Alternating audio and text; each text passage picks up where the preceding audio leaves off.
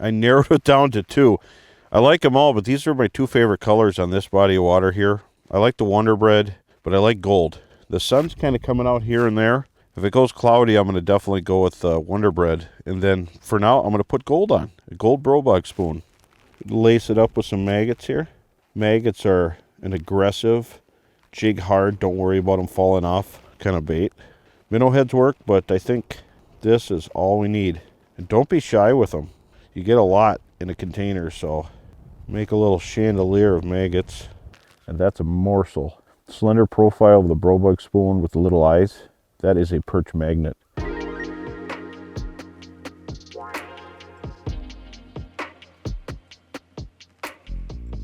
All right, look at this. There's some fish right over here. These little white dashes are fish. And right next to me here, you can see there's a shadow. Well, that's a deadhead sticking out of the bottom. And they seem to be really close by, but there's fish moving through. I can scroll over here and see how far away, but you can see there's all these shadows. These are perch. Those are a little bit big. Those look like they could be bass or something else. This is what I'm interested in right here. The small shadows. Those are jumbo perch. So what I'm going to do here, you can see it looks like a shotgun blast. I'm going to put a waypoint right here where they're at. So what I'm going to do is hit mark, and it just created an icon, and it's only 24.4 feet away. I'm going to go over there and start fishing. Then I'm going to switch to my Mega Live because I like to watch them come in live. Pretty cool stuff. All right, you can see here on my Lake Master map, we're on a flat, but there's a little bit of a dish in here, a little depression, and my waypoint's just over that way. Not far at all, but you could be not far away from perch and not catch them. So this is really cool technology. Don't have to drill a lot. You drill less and you have better success. So I'm gonna go over there and check it out. I'm gonna find the spot and start fishing. Let's go check out a spot. Well, you can see on the screen here, there's a log, and it's actually a log that's got a little vegetation kind of wrapped on it, and it's cover. And in the wintertime, a lot of weeds lay down on some lakes, so good to find cover. The neat thing is you see everything. In downview mode, Humminbird Mega Live is fantastic. If you notice, I'm only in 6 feet of water, and I could see out 6 feet. I could see 3 feet on one side, 3 feet on the other, so over 6 feet. And I could actually broaden that to a wider scope if I want to. I got it zoomed in so I can see what the fish are up to. All right, look at that. That was pretty quick. Ah, yeah. A big male. You can see how long and thin they are. He survived some pike attacks, but they get really roughed up like this during spawning.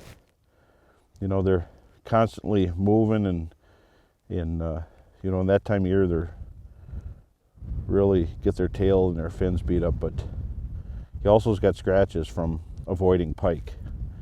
Big old male. We'll let him go. He ate it pretty good. There you go, buddy. All right, let me get that hook out. There we go. Look at that. You're a rough looking buddy, aren't you? Here, go back down there. All right. Well, right now I'm only in 6 feet of water. I don't need a heavy jig. I need something that looks like what they want to eat. So the Brosdahl spoon is perfect for this. But remember, in nature, the creatures aren't darting really fast. They're moving real slow in little pulses. So recreate that action. And having a treble hook at the bottom, you get a double jointed action when you wiggle it. And you don't have to rip it. All you got to do is move it a little bit. Sometimes all you're doing is moving the bait on the hook when they're really, really finicky. The Brosdahl spoon is lead, so we can make it in the shape that we need to, but we also have the mud bug and gill getter in tungsten. If you want tungsten, you want a smaller profile that's real heavy, you can't beat the gill getter and mud bug. And I have a mud bug tied up right here, ready to deploy. And you can see that mud bug teardrop shape, super sharp hook, 60-degree turned eyelet in eyes. The eyes are important. Makes a big difference when fish are sitting next to your lure. All right. Oh, yeah.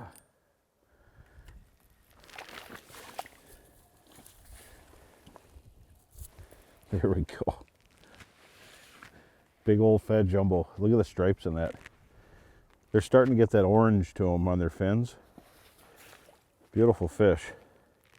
And I actually went to a mud bug with a little mayfly on their plastic, and he just inhaled it. I'm gonna let that one go. There you go, buddy. Go down. There. I left a little slush in the hole to keep the light from penetrating through. I leave a lot of slush in my holes. I have buddies that clean out the hole. Slush is nice, less light penetration. Fish are wary and don't want to swim under spotlights.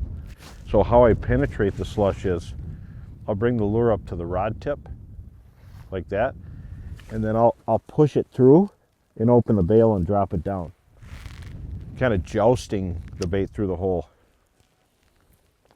That's really cool. Here he comes. Ooh, he hit it. That's the mayfly with the tungsten.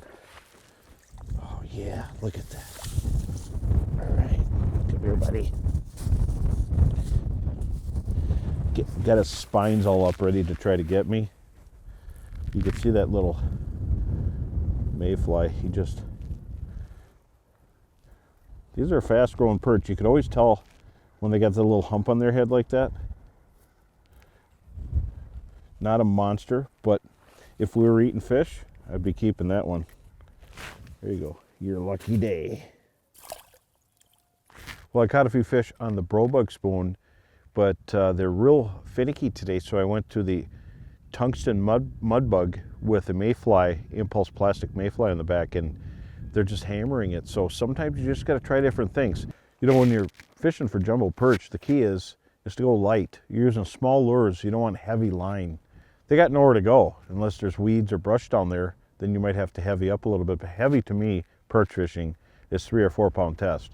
On this rod, I've got 2 pound test, and they got nowhere to go. I got a light line, I got a reel with drag. So light, your lure behaves the way you want it to when using light line. I'll use 1 pound test in basins when you got a really, really tough bite and they're big perch, especially if I'm fishing like Dakota's, Devil's Lake, gin clear waters around Minnesota, and that kind of stuff. I'll use really light, a 1 pound test, 2 pound test. And 2 is a nice line because if you hook a walleye by accident, you can get it back up to you. 3 is you can use just about any lure. You can go light. It's not what I would recommend for super small stuff, you know, size 12, size 14 hooks. If I'm using a mud bug or gill getter and I'm going small, I definitely want 1 or 2 pound test. You can use 3, like if you're in the weeds. But generally, the rule of thumb is light when it comes to perch, bluegills, crappies. 1, 2, 3 pound test, and 3 is really good all around everything. And then 4, if you're in a rough area where you don't want to lose your lure every time you hook a fish, or if there's a lot of pike. But you'll be surprised. 1, 2, 3 pound sunline is so strong, you'll land them big predators.